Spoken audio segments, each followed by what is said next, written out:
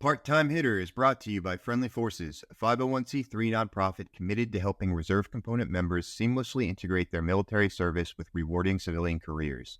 We connect them with employers who value their unique skills and critical role in national security and advise organizations how to become more reservist-friendly.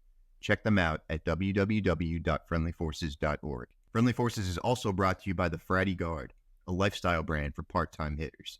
Check them out at www.thefrattyguard.com and on Instagram at @thefrattyguard.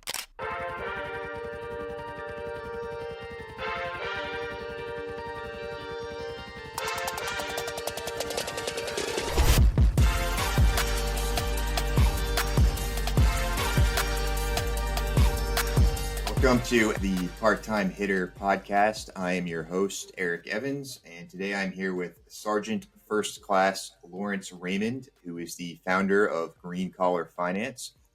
Lawrence is a currently serving active Guard and Reserve soldier in the Arkansas National Guard and has over 16 years of service. He seeks to teach service members personal finance and has made it his personal mission to help 1,000 service members become financially free. Lawrence, thank you for joining us today. It's nice to finally have a pipe hitter on the show.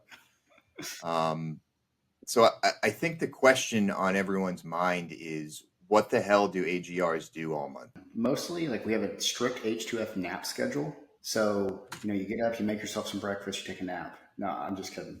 So, okay. That sounds about right. That's about right. That's what it seems like. The problem is AGRs are like having 3 people run an entire company's worth of administrative requirements without having an entire company there. And so, go ahead. So why don't they, I know there's budgets and all that kind of stuff involved, but why don't they just hire more AGRs to help workload? And I know that's probably a massive process way above both of our pay grades, but it's like just hire more people. We're expensive. So the AGR force generally stays to retirement. And so then within BRS and the high 3 system that's still in place, they buy you forever. And so they don't want to buy more people forever. So they try to keep it very, very streamlined to that. And they dice the budgets around. It's like, hey, if you're always somehow overperforming and somehow getting all that stuff done, they just give you more stuff. They don't give you more people. Well, yeah, I mean, that's just the business world in general, man. So I'll admit, I don't know a lot about the AGR world. I've always been an MDay, or as we call it in the reserve, TPU soldier. So can you tell us, for maybe some of the people who aren't as familiar, like maybe people on active duty, what is an AGR and what role do they actually play, and how does somebody get in one of these positions? Okay. So active duty, let me tell you something. It's like all the benefits you have without having to move every 3 years. I have a 5,000 square foot house that I don't have to move from. I drive to work. I'm an active duty E7. All of my benefits are active duty E7. And currently with my position, I work at the state level at the Directorate Chief of Operations. And so I'm the operations NCO for the state. But before that, taking care of a unit, you have 3 people in place to take care of most units. You have a readiness NCO, a training NCO, and a supply dude or girl. That's it. And that is who's taking care of all the inspections and all the other things for the most part. And it's not fun. And and how you get the job, straight up, be a high performer in the unit, let someone know your name, and continue showing up and doing the right thing. And that face gets attached to someone who gets a lot done in a little bit of a time, because that's what you have to do in this job, is get a lot done in a little bit of time. So when we come in for drill, weekend drill, it's all right, so in theory that the full-time staff has had the rest of the month to work out, training plan, the kinks, the coordination. And most of the units I've been at, it's that's not always super fleshed out even by the time we get to drill. So people are what is going on during the rest of the month? Oh, for sure. So what ends up happening is these magical things called frag wards that come from the op orders. And then you have mod 7. So they've modified 7 times in the week leading into drill. So your entire plan that was planned 30, 60, 90, 120 days out gets thrown out the door. And so now we have to flex and figure out what we're going to do. The only things that start getting set are primary activities. So hey, we have to have this entire unit qualify. that's going to be relatively set because you have to have ammo and all these things. And state gets mad when you start changing your stuff because you can't to an extent. But now when it's like, hey, we're just going to take this extra mission for fun, because I was in aviation before, that's when things started getting mixed, because now the promotion packets and all this other stuff have to magically get done in like an hour as opposed to 2 days. Right. As far as getting the positions, what I've always heard is it's very much the old kind of good old boy network, where it's like if you're buddy with the guy who happens to have the position or has influence with whoever makes the decision, that seems to be how a lot of the positions get staffed. Is there any truth to that? So I go back to like being the teacher's pet. Who does a teacher really like? Someone who sucks, barely does their homework, and is basically failing the class? Or someone who's like a junior NCO that shows up, takes care of work, and is able to lead and do things? And so you're right, it is kind of buddy to a situation, but like the people that I like to surround myself with are higher performing people anyway. And so like you get some fidelity in like some of the people you get to select, but they've done a really good job of like having different panel members and all kinds of different stuff. So you don't get the final say off of one person. All I've noticed is, the AGRs are in these like key positions where they're the ones that have to handle a lot of the administration. They are the ones that have to process it. And if they don't do that, then like it ends up screwing over usually individual soldiers, usually the more junior enlisted soldiers. So it's like, I don't know where all these these all-stars that you're talking about are, but in my experience, maybe they're all-stars beforehand and then they get in and they're like, I can kind of coast for the next 18 years, and they kind of stop trying. And again, I don't want to say that about all AGIs. Some of them are really, really good, and they're probably ones that end up getting most of the work that kind of cover down on the ones that aren't working as hard. Well, I get it, because it's kind of disheartening. So like, for example, I entered the AGR system as an E6, and I've been an E7 for 5 years. And my opportunity to move up is like one slot into the entire state.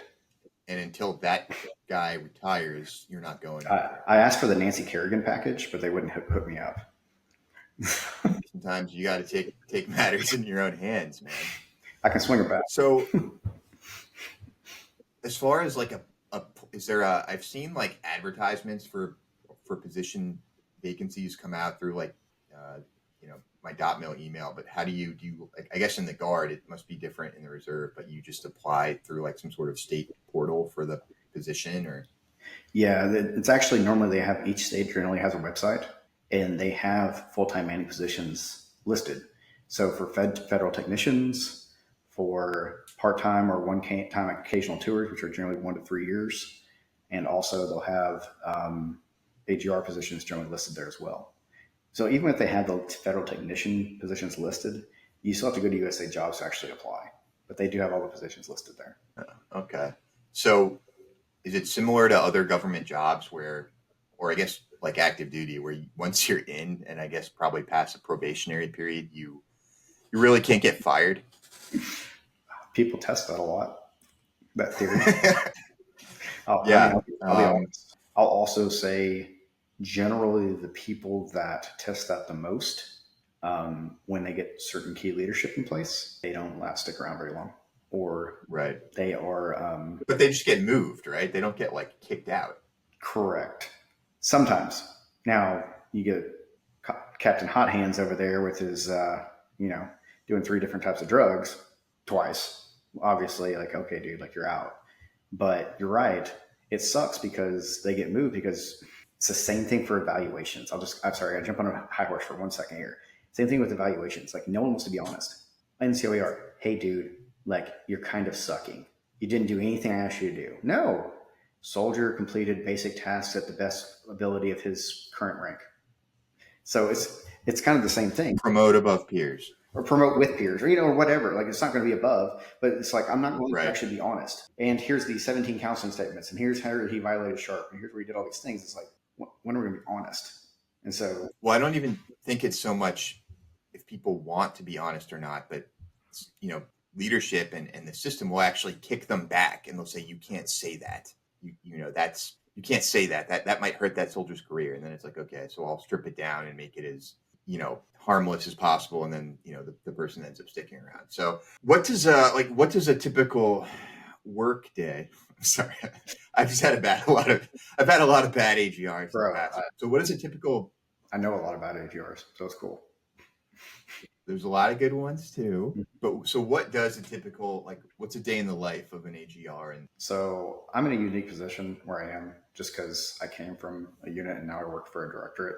And so we're basically almost like kind of division level. But before that, I had a certain battle rhythm where I walked in and went through different systems. So like pay and orders and things come through all the time. It's cyclical because it always goes all the way up to the state and then gets approved and comes back down. And then you have to do certain things. So for pay transactions, checking travel, DTS stuff, especially if my dudes are traveling, um, and looking through DTMS, making sure all that recent stuff, because you're doing something every weekend for the most part. Because we have all these like requirements. All these requirements have to be documented. And so going into the digital training management system and actually putting that stuff in, because now a lot of that feeds into everything. And so like those scores is what's going to end up in that dude's, evaluation and stuff for his evals. And a lot of those things are just going to show up and are all interconnected. And so that's what it kind of looks like is I generally do, like I was jiu-jitsu in the morning and then I come into work and just immediately, sometimes I forget to get dressed, which they get on me about that because I'll just literally just sit there and just start working, start going through computer systems. I obviously have a higher volume now of computer time compared to some of the units because the units have to do different inventories and a bunch of other stuff also. But that's kind of what it looks like. A lot of it's just admin tasks. It's not the one you love. If you want to be outside, go work at an RTI, go work at a school house or something, because otherwise you're just a super duper admin person. do you have a boss during the week, like somebody who's watching over your shoulder, breathing down your neck, or is it kind of you're your own boss? You're supervising yourself for the most part. So yes, I have a boss.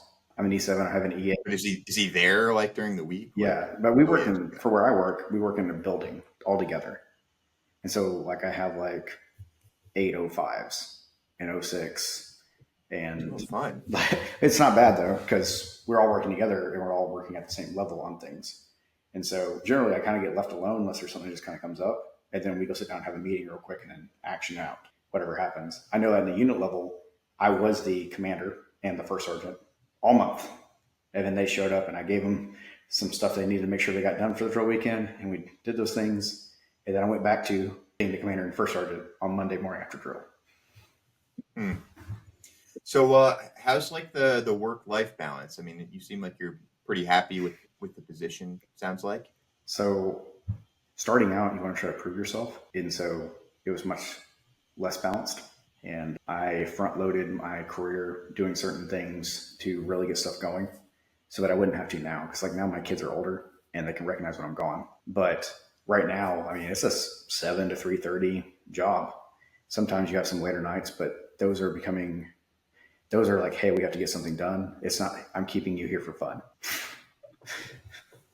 And then you don't get paid. You have to go to drill, right? But then you don't get paid extra for the drill weekends. No. Yeah. You do show up to drill anyway, and you don't get paid anything extra.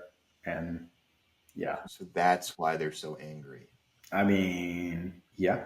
Think about sure coming to work and not getting paid. So how can we as M-Day or TPU soldiers best support our AGR overlords? Truthfully, making sure that your records are right, providing information, actually looking at those things more than one time a year for boards, very helpful.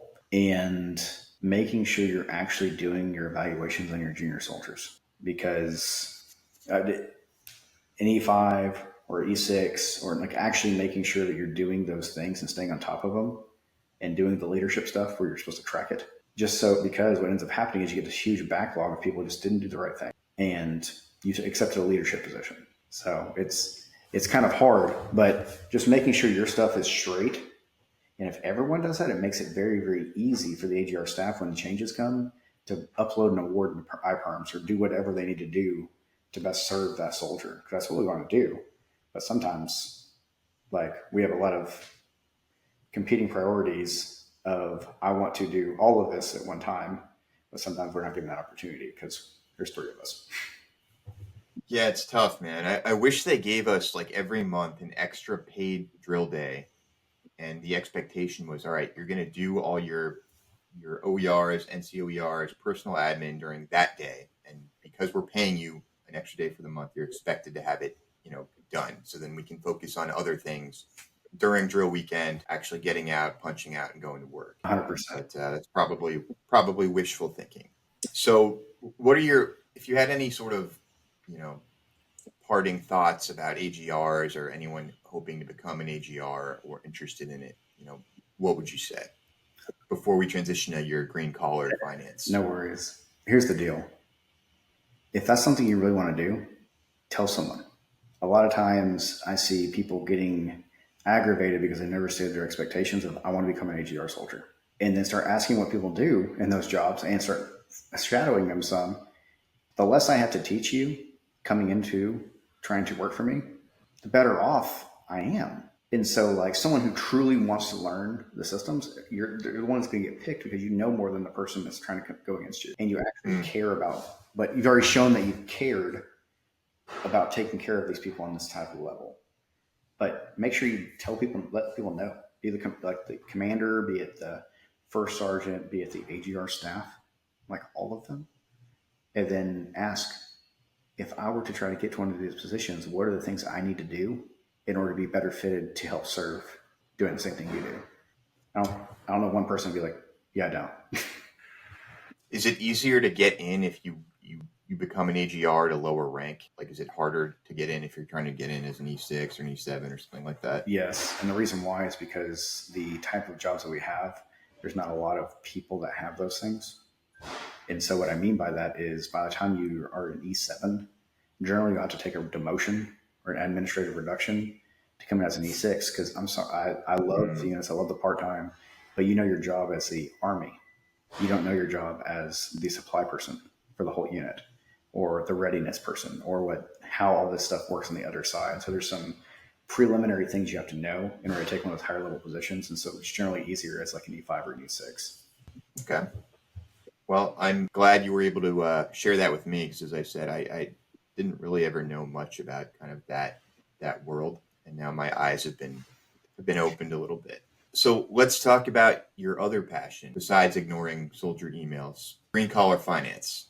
So what set you down the path of wanting to help service members become more financially literate, and what exactly do you do? Like, what is green collar finance? Sure. So what got me going is the fact that I grew up in poverty. I started investing when I was 17 years old, and I didn't know what I was doing. And so I'm the kid that put his entire sign-on bonus into TSP, and in 2008, and it sat in G Fund until 2013 when I started to learn better, and was taking the right steps but didn't have the right direction because I never was going to go back to poverty again. And so it signed a passion to me because 8 years ago, I stepped back and go, cool, like I can start helping people just understand what any of this is. And I do coaching and other things. I'm currently in the Certified Financial Planner coursework. I'm also in the Retirement Certified Professional coursework at the same time, I guess, because I hate myself. I have an MBA, and what kind of set me down this path was there should not be a soldier or a service member that is going to be stuck in the same situation that I was in, not having anyone to turn to ask some of these questions. And that's what got me going. Yeah, I think so. Financial insecurity is probably one of the biggest issues we have in the reserve component, and it absolutely affects military readiness. I mean, I know soldiers who have basically been living in their cars, can't afford to get to drill, can't afford housing or even sometimes basic groceries. So, what are some of the biggest issues you see in the community in regards to I guess financial planning and just lack of any understanding around I guess what would we call it, investing, wealth planning, or general just I guess financial literacy is the best term. Yeah. I think that people bring bad habits that they've seen their entire lives into their adult lives. And so you generally go to basic training. You've probably made more money there than you may have ever when you're 18 years old, for example. And no one ever taught you how to do that, or what to do with it, or where it should go, or what type of account. And so we carry those habits, and in the guard or in the reserves, you're in a unique situation because you're not coming back to a full-time job. Now you may have one before and you can go back to there, but you're not coming back to work in the military full-time. And so you're planning an exit from active duty from the second you get done with your advanced training, the DD-214. And so learning how to take care of the cash flow that you have coming in compared to what's going out, and maybe this is the first time you made a lot of money, well, that is not probably the day you need to go buy a car. All the time. Or get 17 new AIT tattoos, whatever it may be. And so people don't understand what money is and how it flows and how to control it. And everyone hates the word budget because they see it as a way to, that's constraining something they want. No, it's just moving money to things you actually want. Your Zen and Monster addiction is probably not like on your top 10 things that you really want in life. Is it fun? Absolutely. Is it good? Delicious. But if you're not paying yourself first and you're not making yourself expensive, you will always be poor. Period. What did Warren Buffett say? If you can't find a way to make money while you're sleeping, you'll always have to work, or something like that. Yeah. So I think it's both like understanding, having a basic understanding of budgeting and investing and that sort of thing. But I think it's also a mindset, kind of like what you touched on, like how you approach the very concept of saving money and how you approach money. And in fact, I'm gonna judge you on your answer to this. Have you ever read a book called The Psychology of Money? Yeah, Morgan Housel. Oh yeah, good. Big fan. Okay. Okay. So for people out there who haven't read the book, you should read it. It's a really good book. But the book is essentially about how making money and retaining money are two distinct skill sets. And he goes through all these different case studies of people that made, in some cases, billions of dollars, but were somehow able to squander it because they lacked the skills to be able to retain that money. And some of those stories just want to make you like pull your hair out. I think there was one about a guy who sold a tech startup or something, and one of his hobbies was like throwing gold coins into the ocean or something, and just like literally wasting money, like literally. And he ended up going broke. And it's like, well, you're a f***ing idiot, dude. But it's about that mindset of, okay, like what do you actually want in life, and what are your long-term goals versus your short-term goals. That's exactly right. One of the big words that people like to use right now is generational wealth. Generational wealth requires two things: having something to pass to the next generation, and the next generation knowing what to do with it in order to keep it and grow it. And you can't have true generational wealth without both of those things. I think I saw some kind of crazy statistic that said like generational wealth most of the time is wiped out within like 3 or 4 generations, maybe less, because again, the younger generations, especially if you're born into money, you don't necessarily have an appreciation for it or know how to retain it, which again is a separate skill from making money, which that always kind of just blew my mind. But I don't know if most members of the reserve component are coming from generational wealth. I would say that's probably not the case, or the military in general. So what exactly do you help like individual soldiers with their planning, or are you more of a sort of a motivational speaker, educator on these types of things at like events? So over the last year, I chose to do financial planning for people, service members, for free.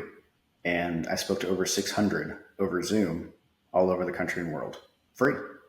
So in those things, we do look through financial planning as far as debt planning, using free tools, looking through budgeting so we can kind of control the cash flow. And also I educate on the different types of accounts and how they interact with each other in order to perpetuate growing wealth. So obviously your IRAs, your 401ks or TSP, or your taxable brokerages. Obviously with families, it's kind of a big deal, like to have a baseline of life insurance of some sort. And there's just different things that go into place. And it's like, hey, this is how this looks, and helping people have a pathway. Because what I'll find in debt planning, 99% of the time, no one's ever put them all in one place. They just get another one, and they get another one to pay for that one. They get another one for pay for that one. And when you sit down with a debt planning tool, such as like PowerPay, which is free from the University of Utah, and they can put all their stuff in one place, and it also tells them what payments to make and the quickest way to pay it off. Faking your own death and then starting a new identity. Yes, because now you have a plan, you step forward, you pay those things off. Now you're at a zero or positive net worth from negative. So have you been able to see any soldiers implement your your advice and actually improve their financial situations? I think to date, from what I know, because some of the people haven't reached back out or anything else, I think that I've helped plan and we've avoided $346,000 in debt between those service members. A lot of them are having to do with like student loans, restructuring debt into lower interest rates, but that's about 347,000 ish is how much we've paid off so far. That's in 1 year.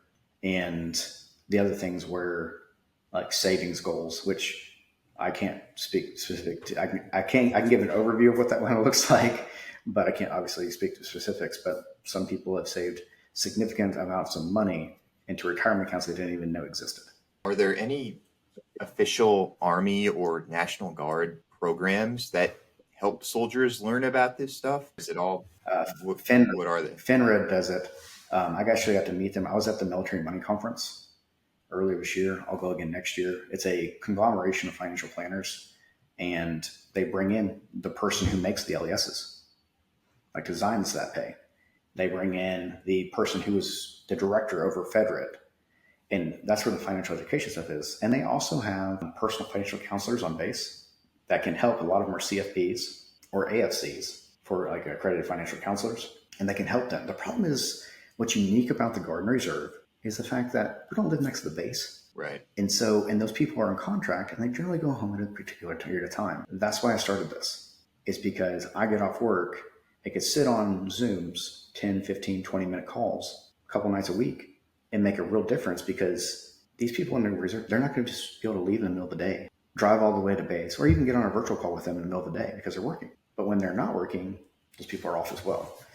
And so that was my entire reason. I was like, this is where this fills this gap. And I'm trying to figure out a way to scale that with some other things where people can go and see recordings and learn different things while not have to necessarily be on a live call. Have you gotten or been able to integrate what you're doing with Green Collar Finance into any sort of National Guard training, educational things? Like it's a real gap. And like I said, it affects military readiness at the unit level. So if you could somehow partner with the state to even travel around to units during their BAs and kind of give these briefs, do you think that's something that would be possible? Is there an appetite for that, do you think? I've actually already been doing it. Even with their professional financial counselors, they're very knowledgeable, but also they're, how can I say it, generally older. And so it's kind of hard for them to connect because they've already actually retired. They're just on this as a contract. For sure. And so they're not going to walk up and be like, yo, dude, so like you should probably put in a high yield savings account. Hello. On God. Within portfolio management, we should consider this covariance of this portfolio. Like, yes, like all that stuff's important. Not to that dude who's freaking in debt. He doesn't give a shit about retirement yet. He is worried about making his payments and hopefully start saving some money so he doesn't go back into credit card debt. Yeah, I mean, you know how it goes when you're on the armory floor. They set up a projector, they put a bunch of fold out chairs on the floor, and they make you sit through the most boring presentation from some, like you said, like retired, goofball who may or may not know what he's talking about. And he gets up there and gives like the driest, just worst presentation ever. And it's like, did anyone get any value out of this? Probably not. So you definitely need to find a way where a person who can engage better and show like practical solutions to the problems that soldiers are having. Do you think the Army is worse off than other branches, or do you think Guard and Reserve people are worse off than active duty people in your experience?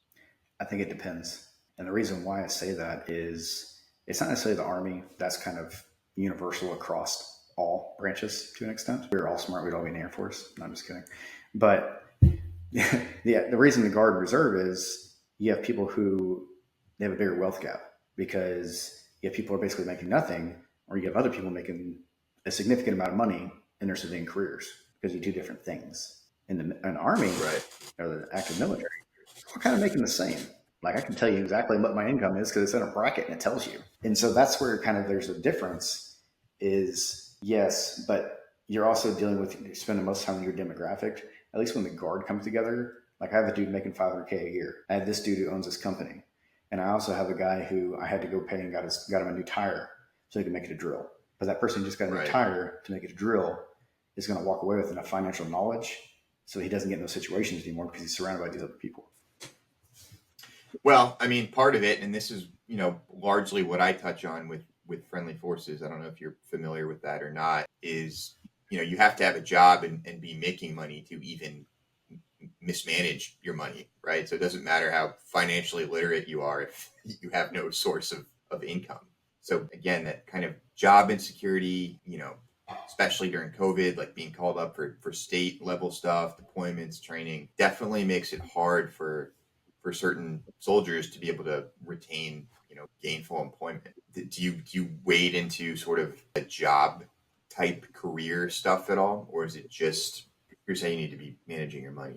So yeah, obviously everyone has their choices. But what I do tell everyone, no matter what, steal the government's money through education. For example, like I'm in this, they paid for most of my MBA and they're paying for my CFP. Is that the GI Bill? That's credentialing assistance and tuition assistance. Didn't they just gut that or like severely? They haven't fully set what they're going to do with that yet. So, but whether you want to take all of your classes at once or, you can take a couple classes a year, you can still use them to better your position. So you're right. I think they are cutting back on the funding on it, but I don't know that it's set in stone yet for the next fiscal year and what that's going to look like. My issue with those things, I always found them to be such a pain in the ass to actually use and be able to take advantage of because, it's a government program, military program. So there's all these processes and boxes you have to check, be able to do it. And then half the time they're like, oh, we ran out of money for this year or, whatever it may be. And it's like, oh my God, this wasn't even worth the time I spent to try and apply for it. Or they won't support whatever program you want to do because it doesn't meet some requirement. But so let's list some of those off. There's credentialing assistance, right? Yes. Which gets you what does that apply towards? So for me, they have a massive list of different credentials you can apply for. I will say that those systems you're talking about, obviously there's going to be a change of funding towards the end of the year for fiscal years. That's every type of government funding. But once you get those things set up and it's all registered at the college, it's like hitting a button to request a class. And then does the service member have to pay up front or does the Army cover it? No. So for the credentialing assistance, once I get it set up, so it's kind of funny because I'm using an online credentialing like the college, which is the Kaplan, for example, for mine, but it's all run through Butler University because they got the contract with. So it's the exact same thing I wanted to go to, just through an actual university. And so no, they actually I got quotes from the university for what the cost was, submitted those, and then every 90 days out, or between 90s and 45 days out of the next class, I just submit the next invoice, and the military pays for it, and then I start the course. And any service member in the Guard and Reserve can take advantage of that? Yes. And it's capped. Is there a lifetime cap or is it capped I don't know if there's a lifetime cap, but it's kind of a yearly cap like tuition assistance was. Don't ask me off the top of my head what the cap is. I know that I did pretty good about almost using all of it this past year, but that was also 4 or 5 classes at $700 a piece. So are there any particular credentials or certifications? Obviously, it's going to depend on what the individual service member wants to do, but any that you recommend, in general, if someone has absolutely no idea what to do with their life and they want to get somewhere, any thoughts on that? I will say that the tech and networking industry is going pretty well. Lots and lots of people moving towards that. Truthfully, it's like anything though. You can waste the money by going and doing a credential, but if you're never going to use it, it's just a waste. It's the same thing for college. I didn't go back and finish college. I did 2 years, had a 6-year break, and then kind of knew what I wanted to go into, and went back and got my bachelor's, my master's. And so a lot of times people jump into college having no idea what they're going to use it for, nor do they have a plan on being able to pay it back in order to make it beneficial in any way. You actually just set yourself back because you didn't use it. Credentialing is going to be kind of the same way. Like you're wanting to get a credential that will specialize into something. Like if you want to go into project management, the PMP, well, they're going to pay for that. And so knowing kind of what you want to do, or at least have an outline, will help direct what type of credential and also what's popular within the community. Like you can find a dude that works in project management somewhere. You can find them on a website at Walmart or anywhere. And you can call that office and probably ask them a direct question. And more than likely, if maybe not that day, their secretary might answer, but they'll get something to you. And so don't be scared to like reach out to people because like, hey, what do I need? I want to get into this. I'm in the military. I'm trying to figure out. I'm trying to better myself. Ask a question. Some dude's probably going to answer you. Does your website provide a list of links or resources that soldiers can go to, or your Instagram page that they can get more information and find some of these resources? Yes. So I have a flow code, and it has a bunch of different things for like figuring out your financial independence number, both of them, and those different other things like that. They also have appointment lines where you can actually just set up an appointment. I'm trying to work towards adding another one that'll have different resources just for the Guard, because we're in a unique situation. We don't work full time. I do, but most people don't. And also the military in general is a unique situation because you retire early no matter what, for the most part. So like you go in at 18 years old, 20 years old, dude, you're like 40 when you're done, when you can retire. And can you draw that retirement yet? No, but still like it's designed that way. And so that's one of my big pet peeves, actually. That you can't draw your retirement immediately? Yeah, it's an unequal process because, someone like me, an M-Day soldier, yeah, if I do 20 years in the Guard, I'm eligible for a pension. It's my Guard version of a pension. So I've, way fewer days in uniform than somebody who did active duty for 20 years. But for whatever reason, they collect immediately upon retirement, and I have to wait till I'm retirement age. And I've never seen a good reason or justification for why that is, other than like, well, it's because it's cheaper. Now, right. With that, but it would also be cheaper to do that with active duty. 100%, but that's their full-time job. So they're assuming, because you work a full-time position at a civilian entity in which you would have a pension, which we no longer do, and you'd have a 401k and these other items. So you're right. But what I will say is, despite that being not awesome and not optimal, having a COLA adjusted pension when you actually need it going into retirement, actually 5 years before most other things show up, such as Social Security and Medicare, it's pretty good. I had a soldier who was going to get out at 18 years. And he's like, oh, what? Why? He's like, what? Like, he's an E6. He's like, what? I'm going to give up $800 a month. I was like, you do realize like that's a free cash flow of an entire rental property you own, right? Like for nothing. Well, and not just that, it gives you TRICARE, right? Doesn't it give you TRICARE for life or whatever once you retire? But that's after 65, and it has a supplement to Medicare. Here's the thing. That's worth its weight in gold, because that's when things start getting expensive. So we spend a lot on the beginning of retirement, and then there's kind of a dip towards you start going to slow. We call it the go-go, the slow-go, and then the no-go years. Because the no-go years start becoming more expensive because you start getting more frail and your medical expenses go up. Well, when you're popping your blood pressure medicine, that's $3,000 a month. TRICARE for Life's helping you out with that, because Medicare is not going to be able to cover all that.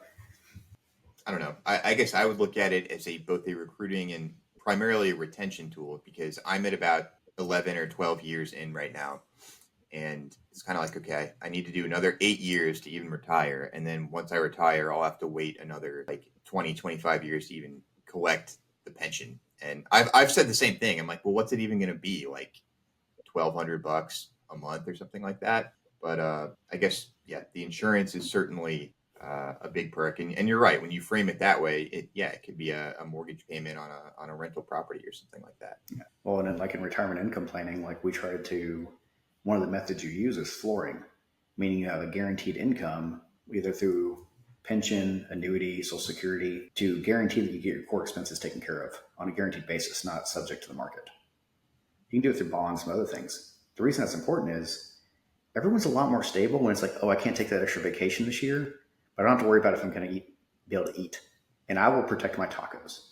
And so that's kind of like the things look like. That piece from the Guard retirement, you start getting to be able to take care of some of your medical stuff while also getting to have a pension that helps with that income flooring. That's COLA adjusted, because I don't believe there's any annuities at this point in time that are COLA adjusted to the CPI or the Consumer Price Index.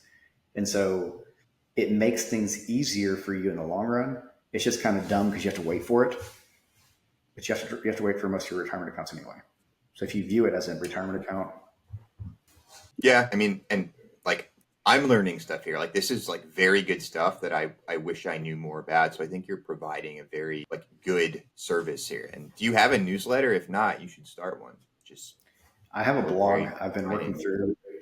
It's connected to my website and everything else. There's newsletters and different things through it. I'm working on trying to be more active because, again, there's only so much time in the day. And I do have a wife and two little monkeys running around at all times. And so I do have that, and I try to provide value, especially around mindset and different things, the way we view things. And I cover all kinds of topics on that. But the blog's actually found just on my website. There's also a link to it on my flow code that I share on Instagram quite often. And so to confirm, like if I'm a soldier who listens to this and is in need of some financial education or planning support, they can go to your Instagram page and they can sign up like for a free session with you. So I'll say that now because my demand was very, very high. That's not free. Okay. But it's dirt cheap. The reason why is because I would have people schedule meetings and they kept filling my calendar and then not show up. I basically have like a PhD version of in finance. And so I'd rather have people, or if someone gives just a little bit. Now, if for some reason you cannot, of course I'm going to help you. I love people and I want everyone to win. But even if it's like $1, I don't care to an extent because you have to give something in order to value it. Because you probably spent $8 that day on something that was stupid, because a lot of people do. I should have you look at my financial documents because you never know. There's so many. I get like cold called and stuff from like financial advisors, and it's like I never know like who's legit and who's not, and like is this person actually going to provide any value, or are they just going to try to suck some fees out of me and not do anything that I could do myself? You know what I mean? Yeah. It's very hard, and it's a very funny space because there's a lot of trash. And so to your point, yes, it's very hard because you have advisors that only want to use mutual funds. And then you have other people who only want to sell you cash value life insurance. And normally, if it's for free, they're going to get paid somehow. But the thing is, here's what I'll say. Having a set of credentials behind their name, and you actually look them up, that'll at least give you an idea that they kind of know what they're doing, because they went through a set amount of education. For example, like the CFP is like 2 years and 6,000 hours of experience for non-traditional, someone like me. Okay. So like, that they at least had that base line of information that they know. And the test is like 7 hours long. And so having someone with those type of things, but also just, it's really hard. As a matter of fact, I turned down working for several broker dealers recently because I don't believe in what they do and the options that they offer. And so I'm choosing to align with a particular person and company. And so I'm trying to figure out what that looks like. But it's hard, especially seeing how most basic licensing on securities and insurance side only requires like a GED. And so not that that's to talk down about that, but there's certain levels of education that you should expect from someone trying to handle your money. And you only have one shot at retiring, and it's your greatest expense in life. So be careful on who you want to use for that stuff. As somebody who is obviously a very careful financial planner, what's kind of your, what's the term? How do you spoil yourself? What's something you splurge on? Oh my God. Right now. So here's the thing. We just bought a house. We just bought our dream house and we've remodeled it.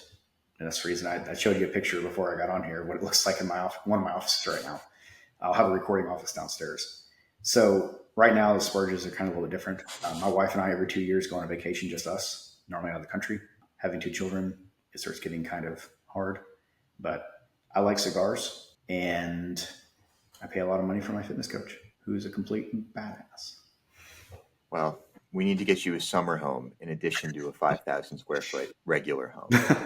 Well, I don't know, man. If anyone is listening to this and actually wants to check it out, I post my sunset videos on my Instagram quite often, and it's hard to leave here in the summer. So it's just Maybe a summer home, but I'd rather just invest in some REITs and let them pay me, baby. Yeah. By the way, man, you have a good number of followers, over 7,000 now. How quickly were you able to get those numbers? So, How long have you had the page? so it's been about a year.